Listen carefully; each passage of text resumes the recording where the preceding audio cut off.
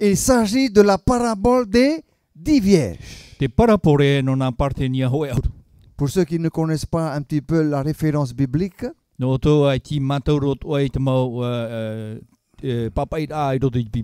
pouvez trouver cela dans votre Bible, dans l'évangile de Matthieu, au chapitre 25, du verset 1er au verset 13.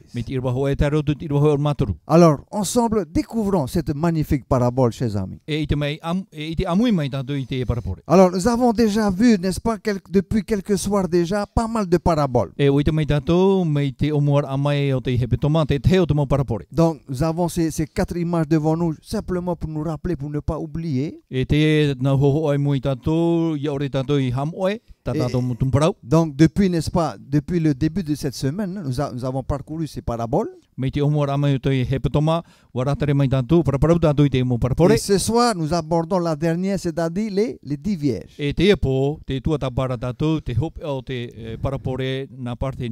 Alors, de quoi s'agit-il? Des 10 vierges, pardon, avec des lampes. Verset 1er, Matthieu chapitre 25. Voici ce que Jésus déclare. Alors le royaume des cieux sera semblable à 10 vierges.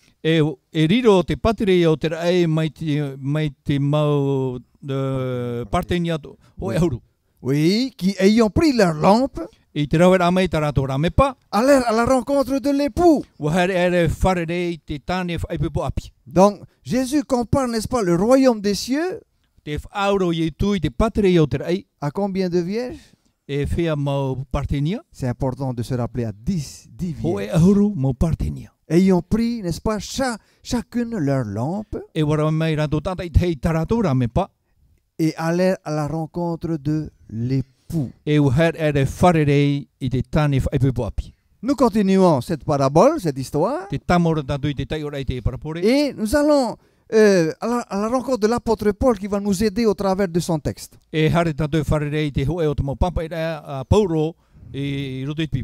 Alors, 2 Corinthiens chapitre 11 verset 2. Il s'agit de ce Dieu dont nous aimons et qui nous aime énormément également en retour.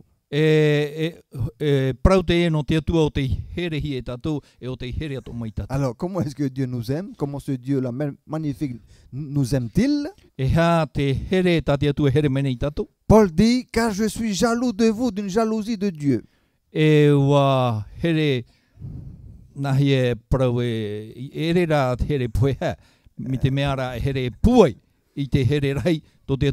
Alors c'est Paul qui parle ici, hein? C'est Paul. Oui, et il dit, parce que je vous ai fiancé à un seul époux. Oui, pour vous présenter à Christ comme une vierge pure.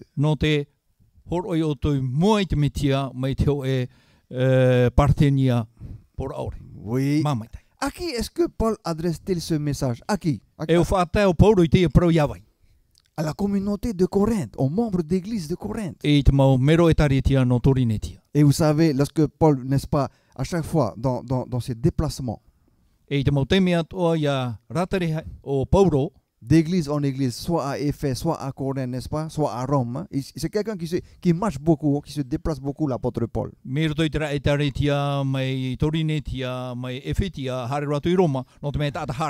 bien, il aime bien rencontrer ses membres. Il aime bien rencontrer ses membres d'église.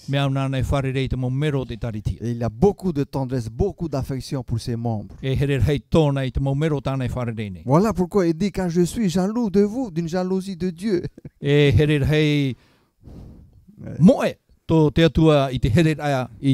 Parce que je vous ai fiancé à un seul époux.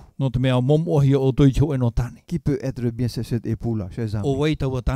Dont l'apôtre Paul dit que l'église à laquelle l'église a été fiancée.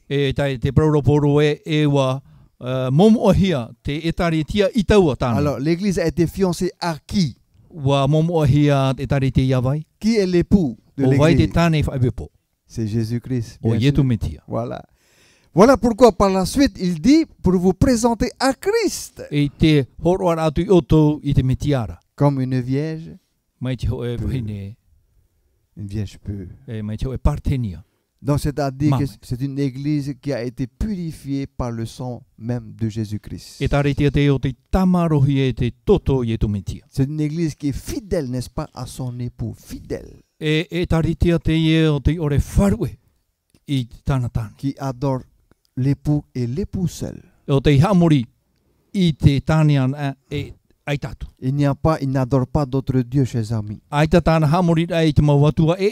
C'est une épouse monothéiste, c'est-à-dire qui croit et qui se marie avec un seul Dieu. Et ici, l'époux, c'est bien la personne de Jésus-Christ lui-même. Alors, quelle magnifique image, n'est-ce pas, nous donne l'apôtre Paul de son amour pour ses membres de Corinthe.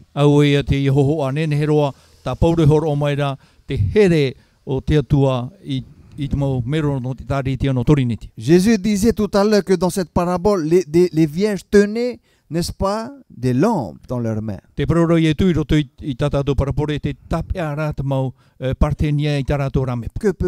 peuvent bien représenter ces lampes? Qu'est-ce qu'elles peuvent bien représenter? Eh bien, grâce au psaume 119, verset 105, nous comprenons quelle est cette lampe. Alors, il s'agit de quoi? Ta parole est une lampe à mes pieds et une lumière sur mon sentier. Chers amis, la lampe de l'église, la lampe qui éclaire le chemin qui dirige l'église vers l'éternité, quelle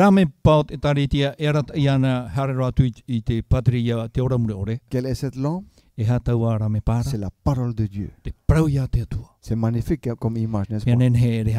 Donc il nous faut méditer, il nous faut, n'est-ce pas, il nous faut nous mettre dans cette parole de Dieu. Il faut manger, nous nourrir de cette parole. Parce que c'est elle qui va nous éclairer, n'est-ce pas, sur le sentier qui nous mènera à la vie éternelle. Merci beaucoup à David d'avoir, n'est-ce pas, écrit ce magnifique texte devant nous. Et la parabole disait qu'ils allaient à la rencontre de l'époux. Alors les vierges représentent qui? On nous dit ici, les vierges représentent l'ensemble des croyants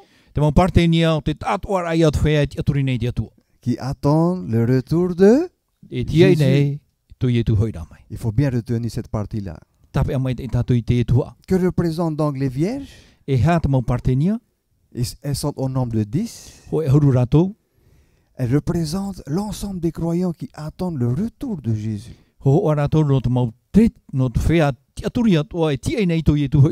Ouais. Mais tout à l'heure, nous allons voir qu'il y a une différence entre deux catégories de vierges. Car c'est ce que nous dit le verset 2 à 5 dans le même chapitre 25.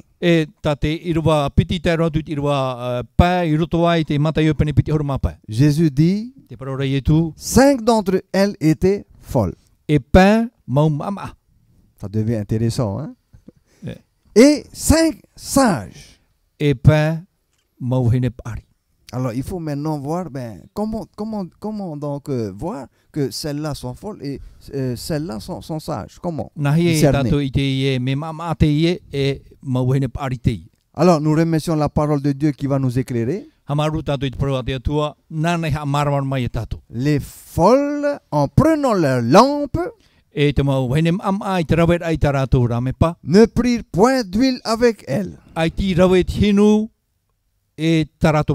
Mais les sages prirent avec leur lampe de l'huile dans des vases. Faisons attention à la suite. Et comme l'époux tardait, eh bien Jésus dit toutes, les 10, s'assoupirent et s'endormirent.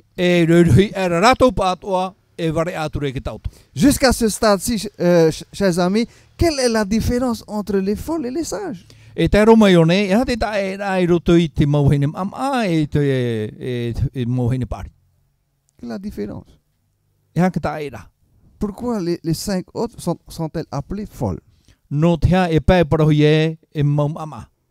Elles n'ont pas fait de réserve d'huile. No te mea I te rato I whanhoi te te whari I hinu na rato. À part, elles n'ont pas mis à part des réserves d'huile. Ai te rato I whaatai te te tua hinu na rato. Voilà simplement la différence. Te e te tae rai roto I nā pupu e piti. Mais comme l'époux tardait, étrangement, toutes les 10, n'est-ce pas, sont dormies. Pourtant. E te maoro atura te tane whaipepo, waria era ratu, waria era ratu ito. Même pendant le sommeil, les 5 sages avaient toujours leur vase, n'est-ce pas, rempli d'huile. Hein? E at otono ai ratu, te e mau wen pari e pa, te weno arata ratu, whari.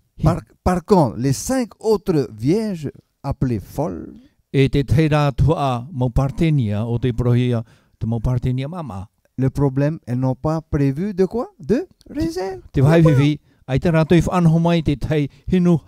Et pendant cette attente, certainement, eh ben, l'huile commençait, n'est-ce pas, à quoi?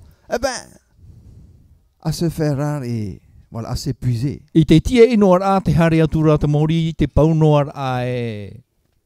Pourquoi? Qu'est-ce qui nous dit cela? Pendant ce temps d'attente, certainement, leur huile s'est épuisée. Dites-moi, quand l'huile s'épuise dans une lampe, que fait la lampe? Que fait la lampe? La lampe s'éteint parce qu'il n'y a plus de carburant. Par contre, pour celles qui ont prévu de l'huile en réserve et mis à part, elles peuvent quoi? Elles peuvent remplir encore. Juste avant que la flamme ne s'éteigne, elles peuvent compléter, remplir à nouveau le réservoir. Si bien que lorsque l'époux arrive, leur lampe demeure toujours comment? Toujours allumée. Alors nous allons voir la suite. Alors, pourtant, toutes se sont endormies. Hein? Versets 6 à 9. Remarquons, au milieu de la nuit, on cria. Qu'est-ce qu'on a crié? Au milieu de la nuit, tard la nuit, qu'est-ce qu'on a crié? C'est comme si on disait, hey, c'est plus l'heure de quoi? De dormir. Hein? Il faut se réveiller maintenant. On n'a pas dit on murmura. Hein? Remarquez, le texte est intéressant. On cria. C'est comme si on est en train de sonner quoi? Sonner quoi? Sonner une trompette pour le réveil. Voilà. Et voici l'époux. Allez à sa rencontre. Alors toutes ces vierges, remarquons, toutes ces vierges se réveillaient. Qui sont ces toutes-là? C'est qui? Les sages et toutes les 10 se réveillaient. Et remarquons, et préparez leur lampe. Et c'est là que la différence va commencer, ses amis, à jouer. C'est là la différence. Les folles disent alors aux sages, donnez-nous de votre huile. Pourquoi? C'est ce qu'on avait dit tout à l'heure. Hein? Car nos lampes s'éteignent. Et ils savent que si la lampe s'éteint, l'époux arrive, c'est pas bon. Il faut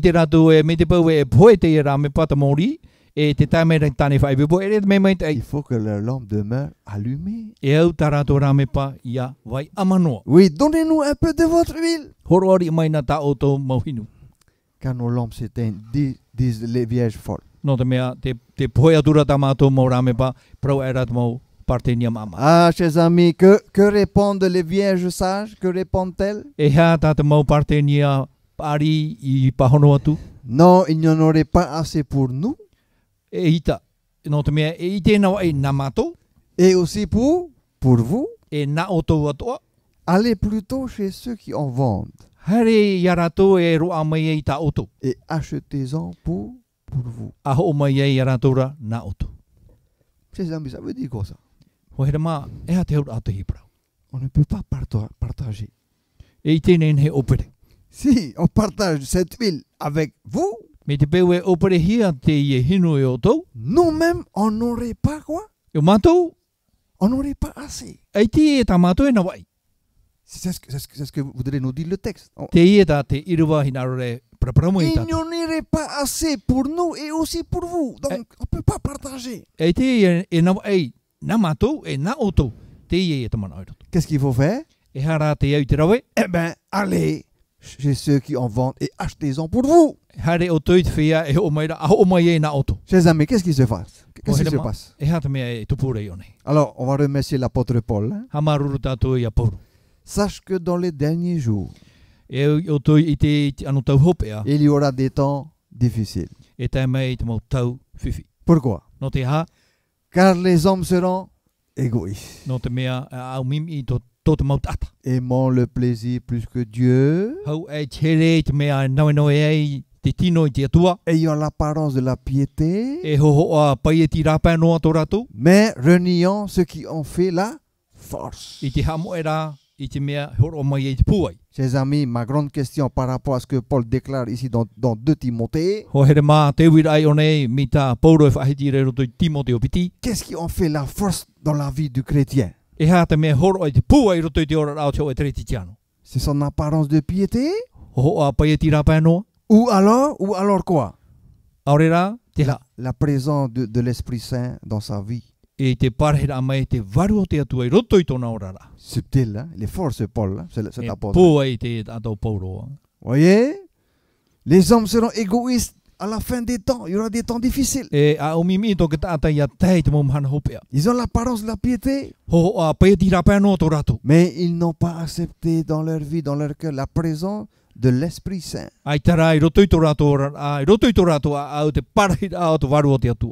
Ah, nous allons voir pourquoi ce message de Paul est très important dans cette parabole. Parce qu'il y a un lien avec la puissance, le Saint-Esprit. La voix criait tout à l'heure, au milieu de la nuit, on cria.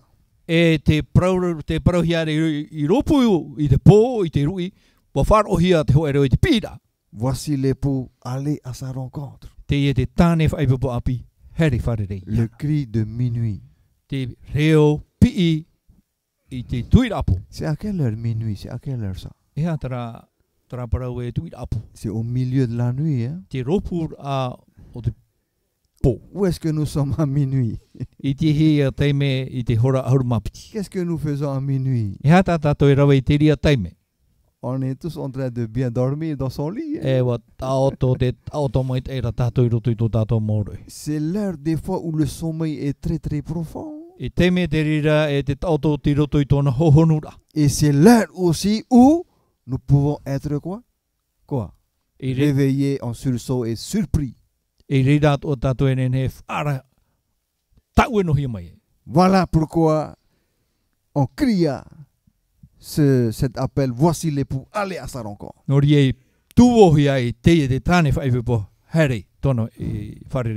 Alors, chers amis, il en est de même comme au temps de Noé. Ce même cri de minuit a retenti également au temps de Noé.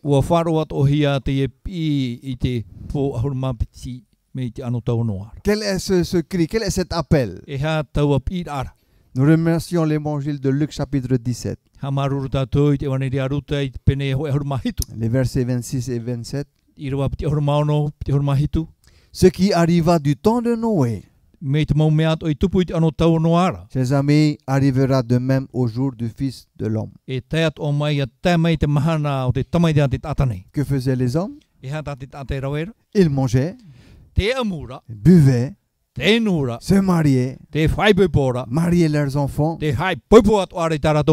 jusqu'au jour où Noé entra dans l'arche. Et le déluge vint et les fit tous périr. Ouh là là, ça donne à réfléchir cela. Chers amis, qu'est-ce qu'il fallait faire pour être sauvé? Alors que Noé, n'est-ce pas, annonçait, n'est-ce pas, le message de la repentance et du retour vers Dieu. Et on nous dit ici, il en sera de même à la fin des temps. On criera aussi le cri de minuit.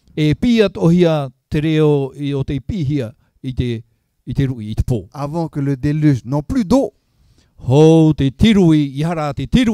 mais le déluge de feu ne tombe sur la terre et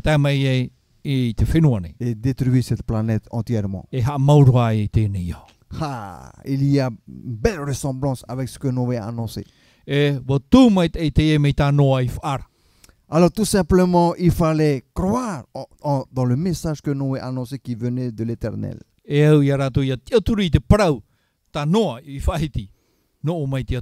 Combien de personnes furent sauvées? 8 personnes.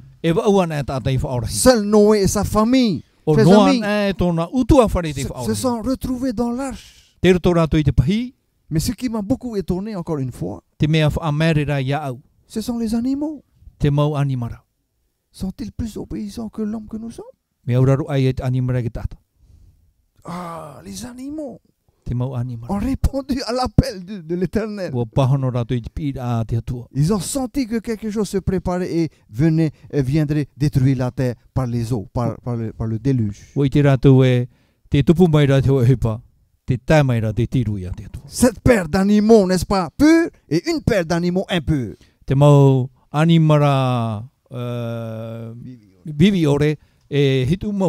Et nous les voyons arriver, chers amis, ordonnés deux par deux. Le mâle avec sa femelle.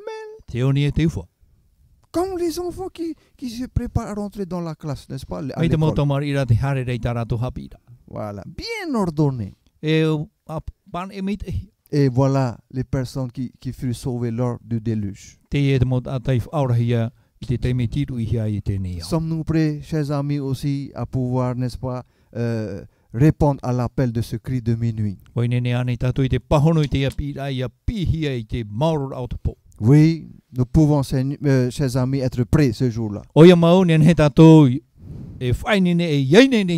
Mais pour être prêts, il nous faut absolument avoir de l'huile dans nos vases. Et surtout ne pas ressembler aux vierges folles qui n'ont pas prévu, n'est-ce pas, qui n'ont pas mis de réserve de côté de l'Esprit Saint.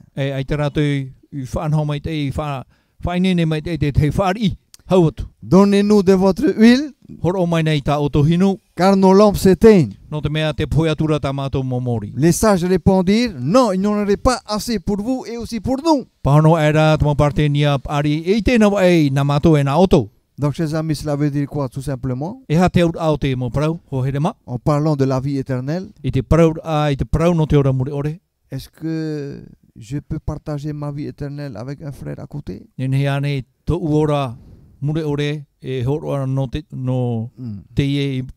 Ou alors, où est-ce que la vie éternelle de ce frère peut être partagée avec moi? Ou alors c'est une question plutôt personnelle entre ma relation à moi et Dieu. Ah, il s'agit de notre relation à nous avec qui? Avec Dieu, avec le Seigneur. Voilà, car c'est lui qui nous remplit la réserve d'huile. C'est lui le grand tonneau d'huile, n'est-ce pas? C'est lui qui est rempli énormément de l'Esprit Saint. Et c'est lui qui est capable de mettre en réserve de l'huile dans nos vies, de l'huile. C'est une question d'ordre personnel. Mais combien cette question, n'est-ce pas, ce message est magnifique pour chacun de nous. Car elle est là pour nous aider. Non pas pour nous condamner, encore moins pour nous juger, mais pour nous aider comment nous préparer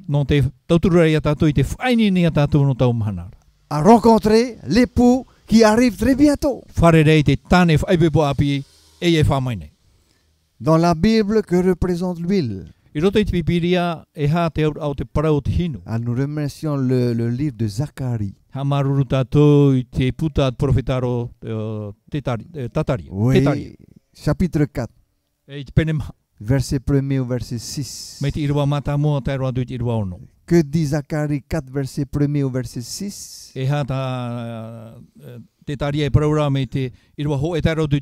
Dans la Bible, l'huile est représentée par le Saint-Esprit. L'Esprit Saint. C'est quoi l'Esprit Saint, chers amis? C'est pas facile d'expliquer, hein? Parce qu'on ne voit pas l'Esprit, n'est-ce pas? On ne le voit pas, il est invisible. La Bible dit que le Saint-Esprit, c'est comme le vent. Il souffle là où il veut. C'est comme le vent, quand le vent souffle dans les feuilles des arbres, n'est-ce pas? Les feuilles bougent. Et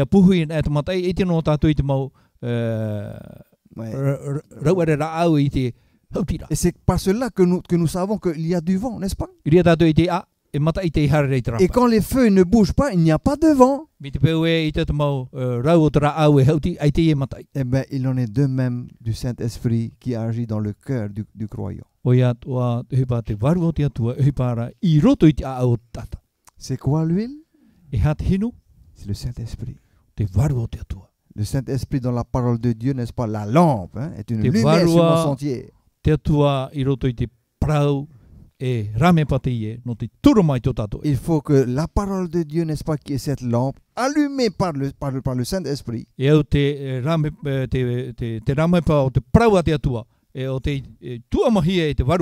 faut que cela soit notre nourriture quotidienne. Afin que cette huile, n'est-ce pas, et cette lampe, n'est-ce pas, demeure en nous. Et c'est cela qui nous prépare et qui nous rend quoi? Prêts pour rencontrer qui? L'époux. Ah, chapitre 25, versets 8 à 9. Nous avons déjà vu maintenant, chers amis, hein, pourquoi les folles avaient absolument besoin d'huile pour leur lampe. Hein.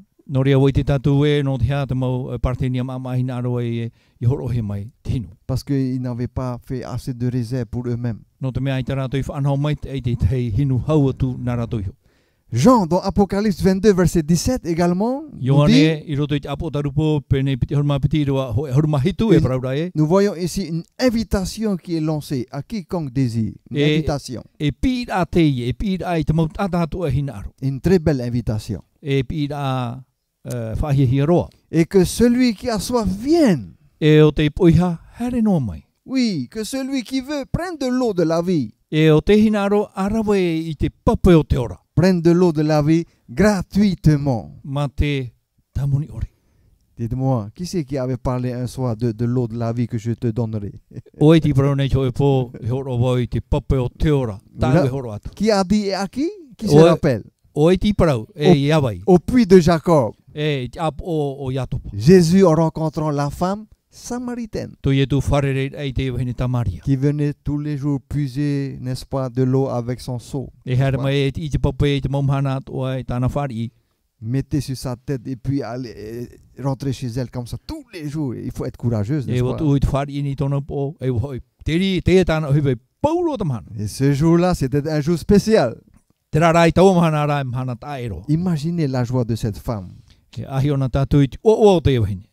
Elle n'était pas seule auprès de ce puits. Qui était là? L'eau de la vie était là, lui-même.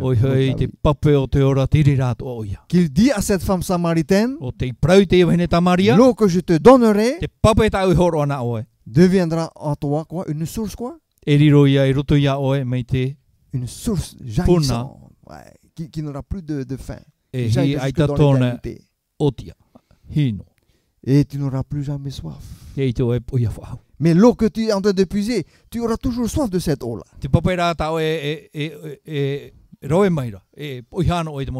Mais si tu m'acceptes comme ton sauveur personnel, tu n'auras plus jamais soif. C'est-à-dire je comblerai, n'est-ce pas, ta vie entière de bénédiction et de bonté.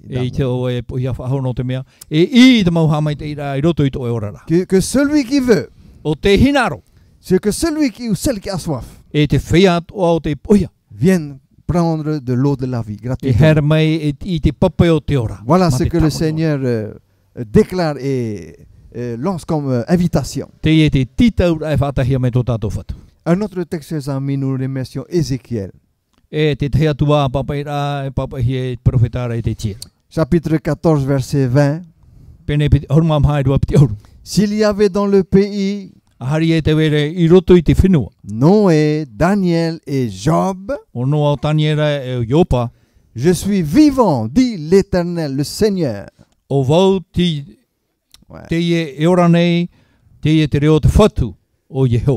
Il ne sauverait ni fils ni fille, mais il sauverait leur âme par leur justice. Chers amis, il est important de faire confiance dans le nom du Seigneur, au nom de l'Éternel, dans ce nom-là.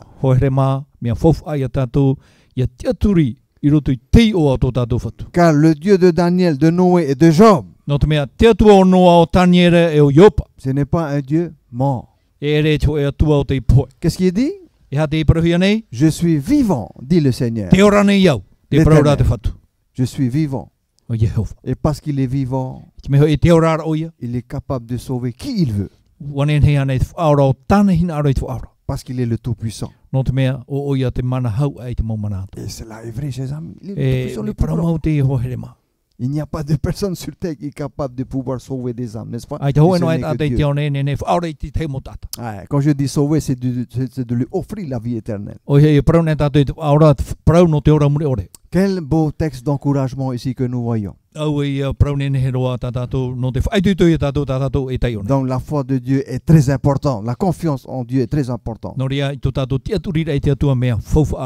Verset 20, Ézéchiel 18.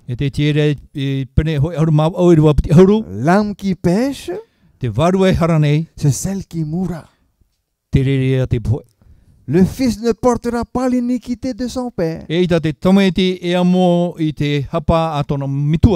père ne portera pas l'iniquité de son fils. La justice du juste sera sur lui. Et la méchanceté du méchant sera sur lui. Qu'est-ce que cela veut dire? Chacun portera les conséquences de ses péchés. On ne pourra pas demander à l'autre de porter, n'est-ce pas, le péché que lui, il n'a pas commis.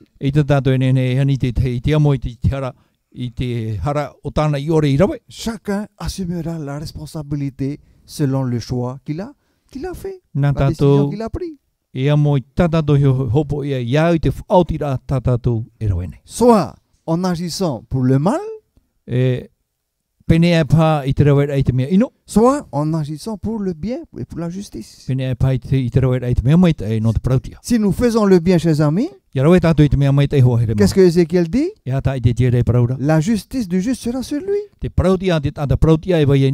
Mais l'âme qui pêche mourra. Mais nous pouvons être rassurés et nous pouvons être consolés. Il faut plutôt dire l'âme qui continue de pécher. Il y a une différence, hein? Voilà, parce que l'âme qui pêche et qui se repent peut être sauvée.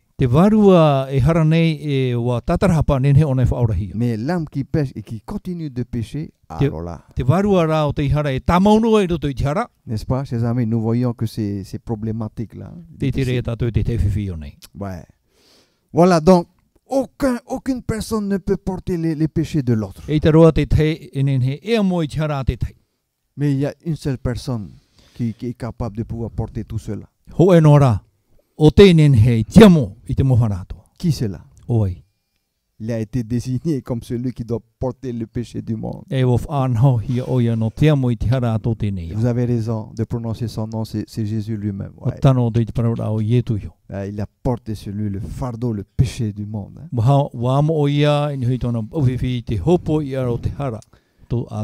Voilà pourquoi il est aussi l'avocat.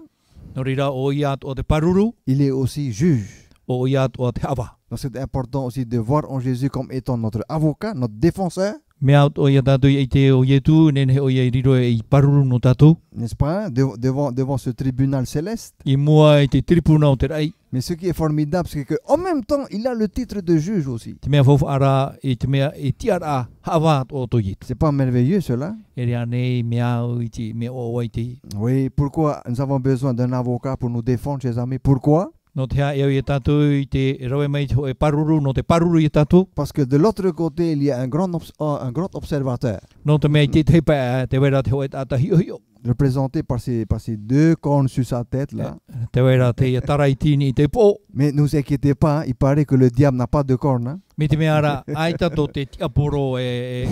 Au contraire, que c'est un bel ange, un ange magnifique. Hein? C'est l'homme qui a fait un dessin, le diable, avec des cornes et une queue en fourchette. Hein? Donc, méfiez-vous des images qu'on donne au diable. Hein? Mais c'est pas du tout ça. Hein? C'est un être hyper intelligent, très rusé. Et lui, il nous observe avec de gros jumelles. Hein? Chaque personne est observée par lui. Et il aime bien tendre le doigt là où il y a des faiblesses.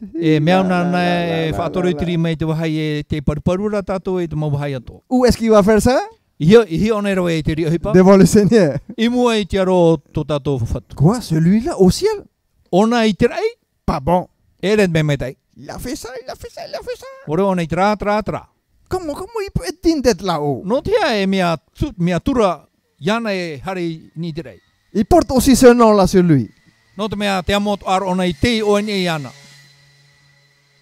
Ça commence par un grand A.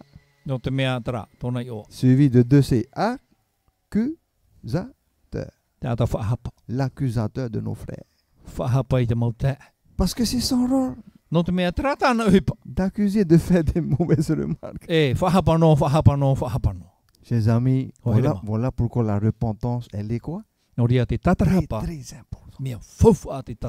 Il faut que dans le livre, n'est-ce pas, de souvenirs, dans le livre de vie, là-haut, lorsque un péché a été commis, il faut qu'on trouve en face quoi? Qu'est-ce qu'on a mis dans la colonne en face? Pardonner, repenti. Donc quoi? Effacé par le sang de qui? Effacé par le sang de Jésus de l'agneau. Voilà pourquoi Jésus-Christ est notre unique et meilleur avocat. Mais chers amis, si Jésus voit en face de ce nom-là, il n'y a pas de pardon. Il n'y a pas de repentance. Que dit Ézéchiel? L'âme qui pêche, quoi? Mourra. Est-ce que nous comprenons maintenant comment ça fonctionne? Donc, chers amis, il n'y a pas d'autre issue pour nous de pouvoir être délivrés des accusations du diable. C'est de choisir Jésus comme étant notre défenseur. Car il désire que nous le choisissons comme étant notre avocat. À cause de sa justice. Et surtout pour dire, n'est-ce pas, à l'accusateur que tu te trompes, mon ami, tu te trompes. Pas mon ami, mon ennemi plutôt. Hein. Voici ce qui est écrit dans le livre, n'est-ce pas? Qu'est-ce qui est écrit dans ton livre? Repenti et pardonné. Effacé par le sang précieux de Jésus, par sa mort sur la croix. Et si c'est écrit, alors là, l'accusateur, il ferme sa bouche. Vous savez pourquoi? Parce que le jugement de Dieu, il est quoi? Juste. Et comme à ce moment-là, il n'y aura pas que l'accusateur et le Seigneur Jésus, à ce moment-là, il n'y a pas que les deux.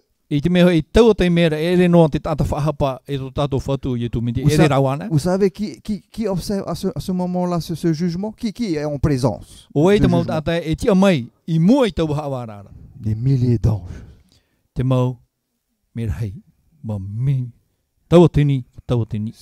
Sont les témoins. Qui a tort, qui a raison, qui a tort, qui a raison. Non après non, non après non. Waouh, les anges sont secrétaires pour ratifier. Et c'est ce qu'ils sont en train de faire actuellement, chers amis, n'est-ce pas? Toutes nos vies sont observées et sont pesées dans une balance de justice.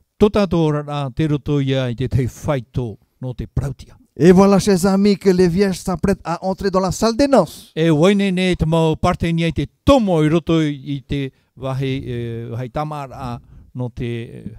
Pendant que les vierges folles allaient en acheter de l'huile. Chers amis, qu'est-ce qui se passe? Elles sont parties, les vierges folles. Qui arrive? L'époux arrive. L'époux arrive. Et celles, bien sûr, qui étaient là et qui étaient prêtes avec leur lampe. Eh bien, entrèrent avec lui dans la salle des noces. Et qu'est-ce qu'on a fait après? On n'a pas laissé la porte ouverte. Hein? Le texte dit, et la porte fut fermée. Et les autres qui sont à l'extérieur? Est-ce qu'on peut réouvrir la porte? Parce qu'elles sont juste parties pour chercher de l'huile et revenir. Plus tard, nous les autres vierges vinrent. Et elles disent, Seigneur, Seigneur, ouvre-nous. Qu'est-ce que le Seigneur répond? Je vous le dis en vérité, je ne vous connais pas. Qu'est-ce que ça veut dire ça? Je ne vous connais pas. Le Seigneur a ouvert la porte, le Seigneur a quoi? Refermer la porte. Les saints qui étaient prêts sont à l'intérieur avec le Seigneur. Dans la salle des noces. Et il y a les 5 autres qui sont à l'extérieur, dehors. Elles veulent entrer. Seigneur, Seigneur, ouvre-nous. Mais c'est le Seigneur qui répond. En vérité, je ne vous connais pas. Chers amis, c'est où le problème entre ces vierges folles et le Seigneur? C'est où le problème? Je ne connais pas.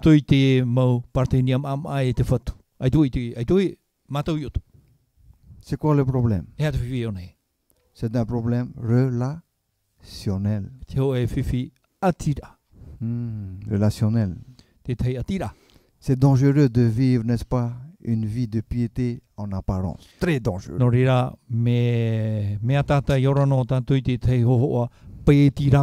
Si à côté de ça, nous n'avons pas de véritable relation avec qui? Avec Dieu.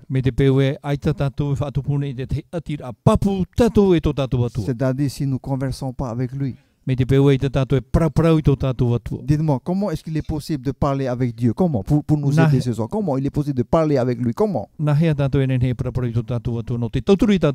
y a un seul moyen que la Bible nous aide à comprendre comment il faut parler avec Dieu. Comment? La prière.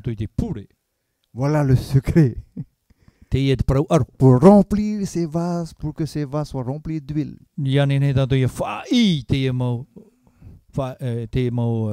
Qu'est-ce que le Seigneur avait dit un jour? Veillez et priez. Car ce jour approche à grande vitesse. No te mea te wawe mai nei tau amhana. Veiller et prier, ça veut dire quoi? I te era e apure. N'oubliez pas le moment de prière et de converser, de parler avec Dieu. Pourquoi? Parce que c'est seul au travers de la prière que nous apprenons à le connaître véritablement.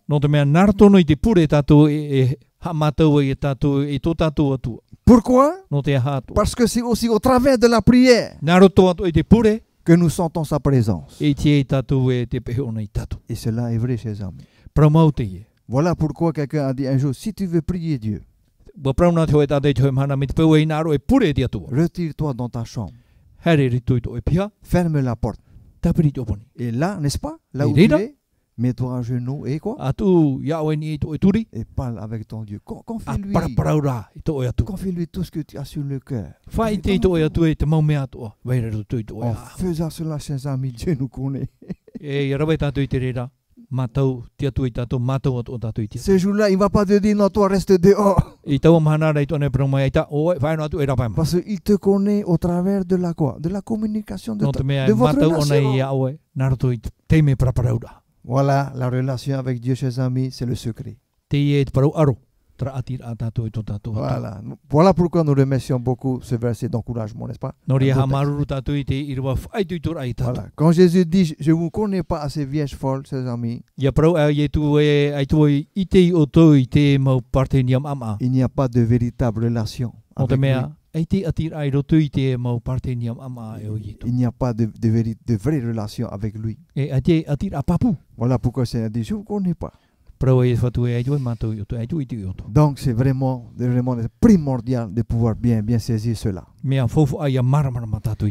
Matthieu chapitre 7 verset 22. Chers amis, en effet, plusieurs me diront en ce jour-là, ils diront quoi? Remarquons, Seigneur, Seigneur, n'avons-nous pas prophétisé par ton nom? Oui, n'avons-nous pas chassé des démons par ton nom?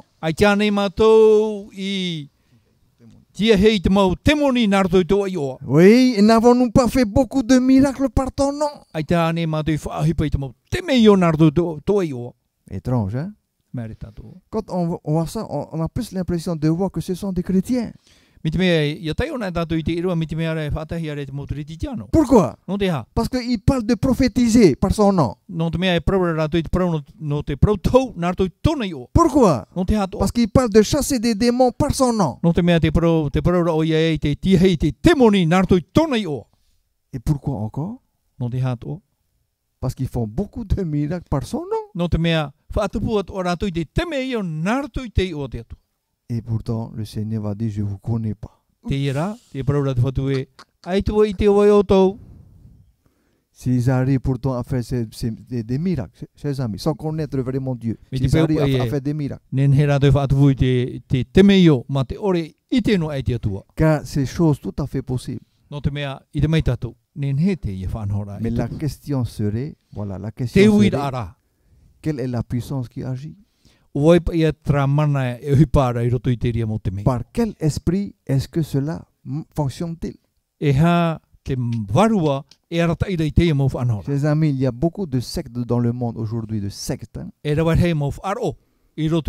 Des mouvements étranges qui font beaucoup de guérisons, de miracles.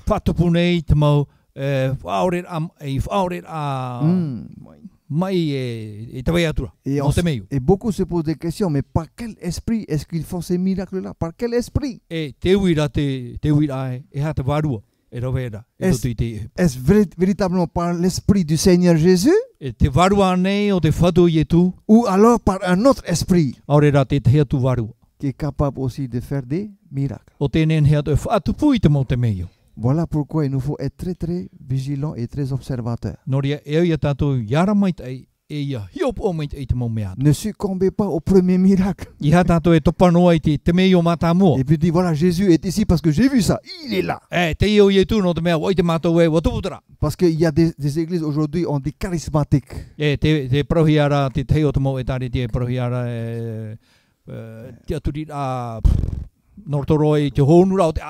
Voilà, ils sont forts pour crier, pour faire des choses, mais alors comme ça, hein, vif, et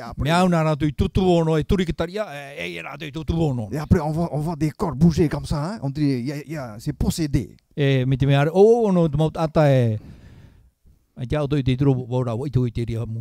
n'avez jamais vu cela? Et à la fin, tout le monde est complètement fatigué sur les choses. L'esprit est parti. Vous pensez que Seigneur Jésus travaille comme ça? Il ne travaille pas dans des trucs. Seigneur Jésus, il est dans la sérénité, dans la tranquillité. Voilà ce que ces personnes diront. Nous avons accompli toutes ces choses-là par ton nom. Et qu'est-ce que Jésus dit? Répond. C'est étrange, hein? Je ne vous connais pas. Donc, automatiquement, par quel esprit est-ce que ces gens ont travaillé? Par quel esprit? Par l'esprit du Seigneur ou par d'autres esprits? Par d'autres esprits. Soyons vigilants. Le diable est capable d'accomplir des miracles. Et il nous fait croire que ça vient de Dieu. Donc il faut bien vérifier avec la Bible si ces choses-là, n'est-ce pas, concordent bien.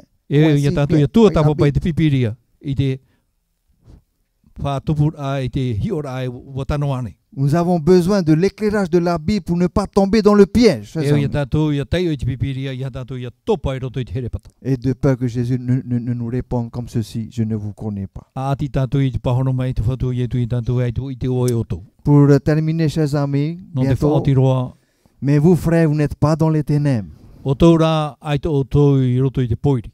Pour que ce jour vous surprenne comme un voleur. Vous êtes tous des enfants de la, pas des ténèbres, hein?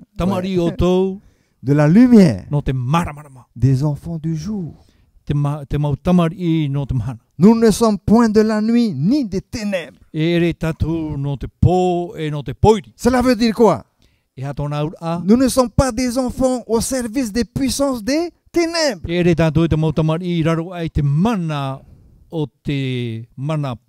N'allez pas converser avec les esprits des morts.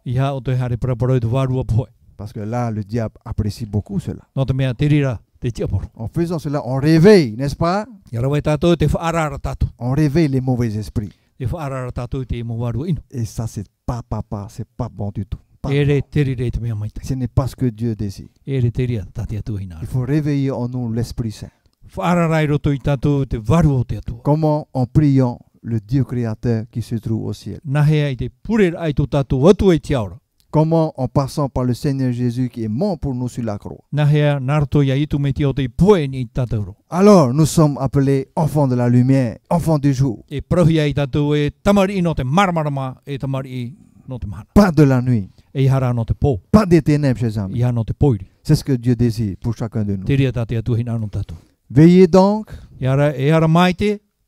puisque vous ne savez ni le jour ni l'heure. Oui, veillez donc. Personne ne connaît ni le jour ni l'heure. L'heure de quoi? Où le Seigneur apparaîtra. Car bientôt il revient, chers amis. Très très bientôt. Qui ne voudrait pas hâter son retour, qui revient le plus tôt possible? On peut dire Amen. Hein? Oui, Amen. Il faut qu'il arrive le plus tôt possible. Il faut qu'il revienne. Nous sommes impatients, n'est-ce pas, qu'il revienne le plus vite possible. Pourquoi? Parce que notre monde va de plus en plus mal. De plus en plus. Notre monde va de pire en pire. L'apôtre Paul, Philippiens 1er, verset 6. Je suis persuadé que celui qui a commencé en vous cette bonne œuvre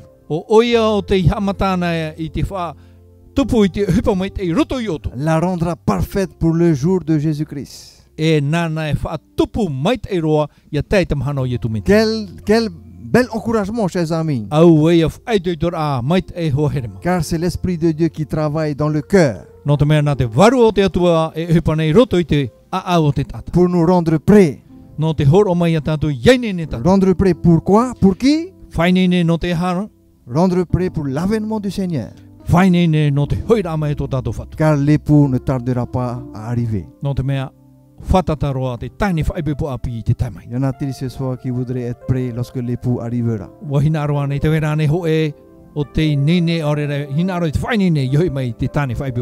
Qui se lève simplement là où il se trouve? Et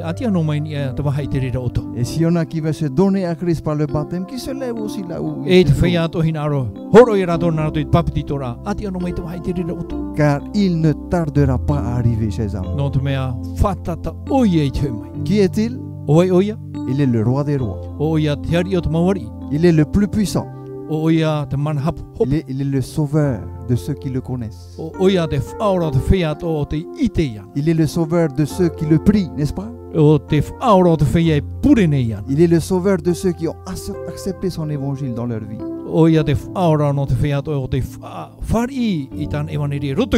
Il est le sauveur de tous ceux qui ont mis en pratique cet évangile dans leur vie. Qui est-il encore? Il est aussi celui qui est mort pour le pécheur repentant.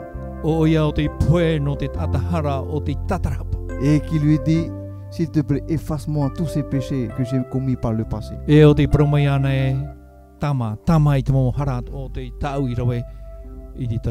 permet que je puisse quoi? Recommencer une nouvelle vie avec toi. Y en a-t-il ce soir qui voudrait confier sa vie entre les mains du Seigneur Jésus?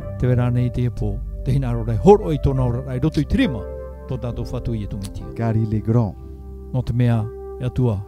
Il est bon. Il est merveilleux.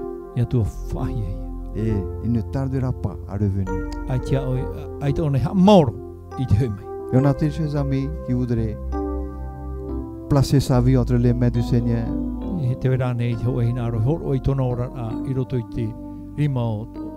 Que Dieu te bénisse, mon frère.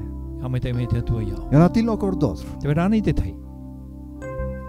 Car le Seigneur est un roi des rois. Extraordinaire. Il est celui qui est capable de relever celui qui est tombé. Et il va le prendre avec lui.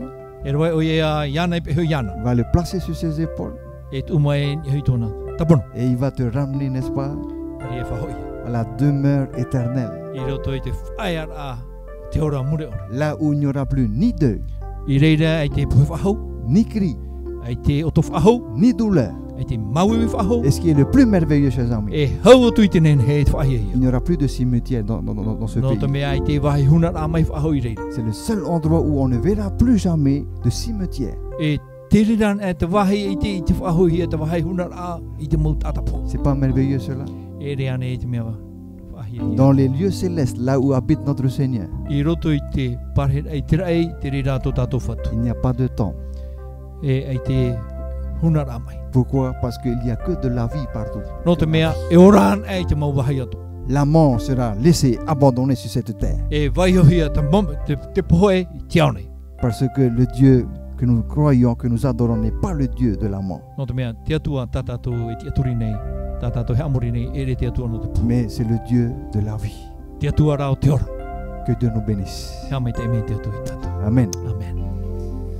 Alors, chers amis, nous voudrions vous remercier tous ce soir. Et nous voudrions prier le Seigneur pour ceux qui se sont levés, celui qui s'est levé ce soir. Et je sais que parmi vous ce soir, il y a beaucoup aussi qui sont attachés à ce Seigneur.